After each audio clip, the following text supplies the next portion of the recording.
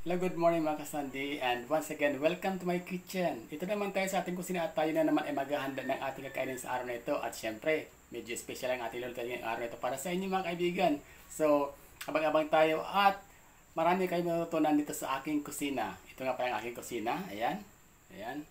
So, manit lang po ang aking kusina and abangan niyo po ang ating mga ingredients sa ating lulutuin dahil iapakala ko po sila sa inyo isa-isa. Kaya, dyan lang kayo.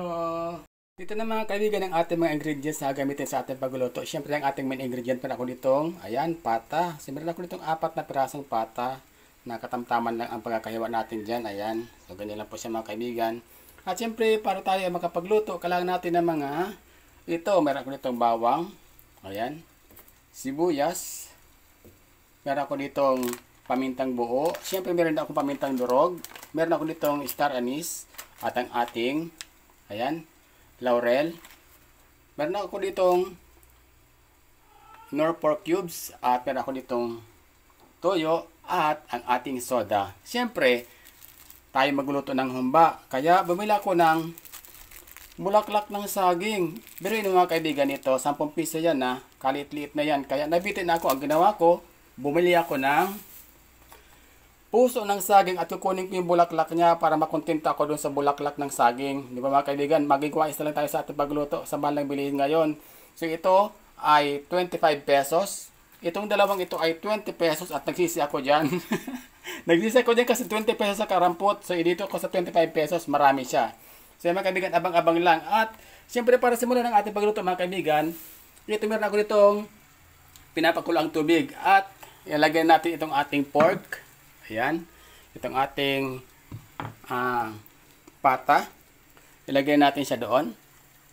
At pakuluan natin siya ng mga 5 to 10 minutes para matanggal yung impurities ng ating pork para kumbaga yung amoy niya at saka yung lansa niya unti mabawasan, di ba? So pakuluan natin siya ng mga 5 to 10 minutes. After that ay hahanguin natin siya dyan at magsimulan tayo magluto para doon sa ating final na pagluto. So abang-abang mga kaibigan.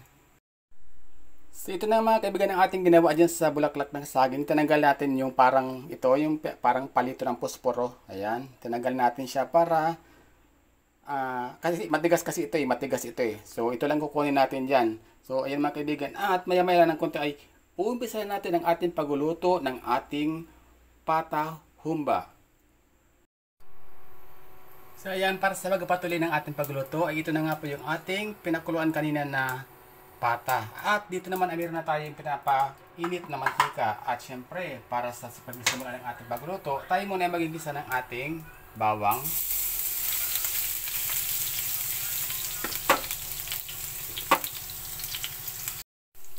Isunod naman natin na ngayon ang ating sibuyas.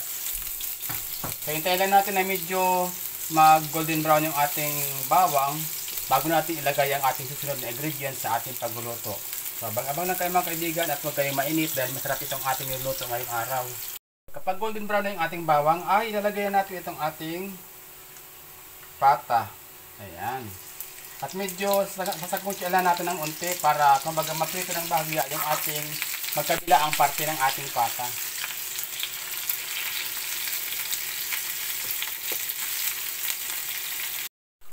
So ayan, matapos ating balibalitarin at sangkutin itong ating pata ay maglalagay naman tayo ngayon ng ating tuyo.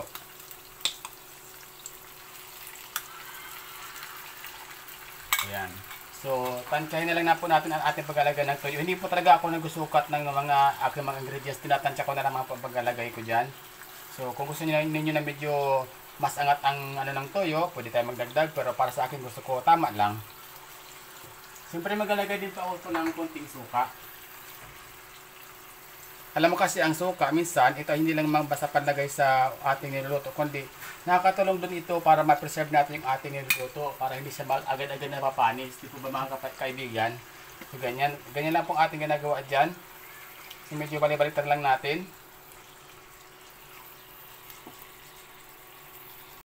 Maglalagay na rin na tayo ng ating laurel. Siguro ko mga 3 dahon ng laurel. Ayan. At syempre, maglalagay na rin tayo ng ating paminta. So pamintang durog po ito mga kaibigan na ating ilalagay dyan. Pero maglalagay pa rin po ako ng pamintang buo. at ng ating star anise. Mabango po ito sa ating niluluto. So, siguro kung maglagay lang ako ng isang star anise.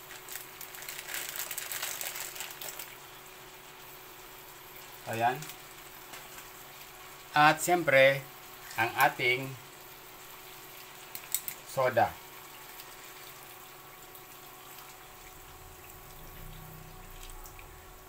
So, ayan po ang ating ilagay dyan.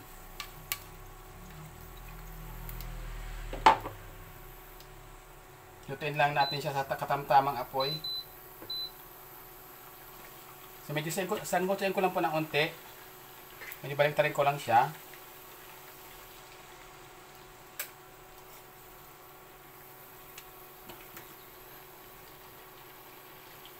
At maglalagay din tayo ng tubig.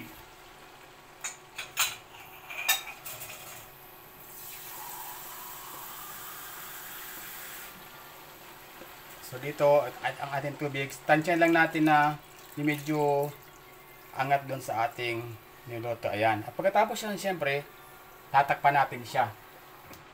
At hintayin natin na lumambot yung ating karne.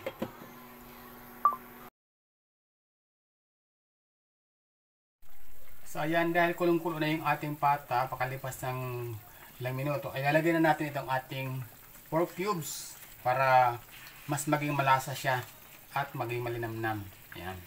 So, at muli natin siyang tatakpan sa loob ng mga, siguro ko mga 20 minutes pa para lumambot ng maayos ang ating pork.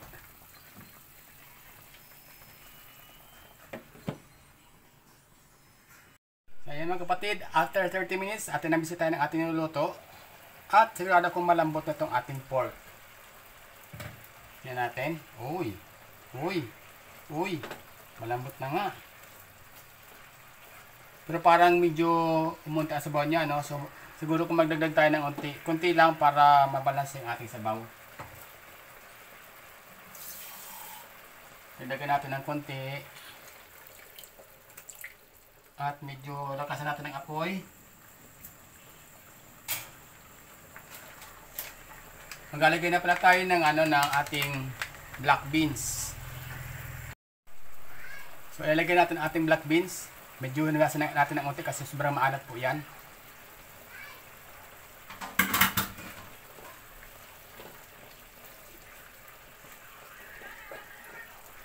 Pagkatapos na natin ilagay yan ay ilalagay na natin ang ating bulaklak ng saging. Ito yung ating biniling 20 pesos. Dahil nga nabitin ako dyan,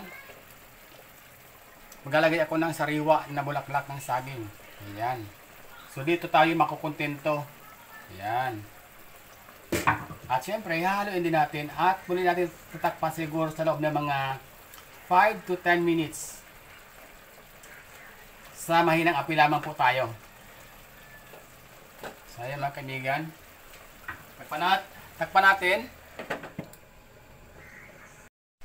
Ayan, ito na nga mga kapatid ang ating niluluto. Ayan, luto na siya at malapot tayong kanyang sabaw. Kaya naman ay papatayin natin ang ating apoy at doon na lang tayo magkita-kita sa aking hapagkainan.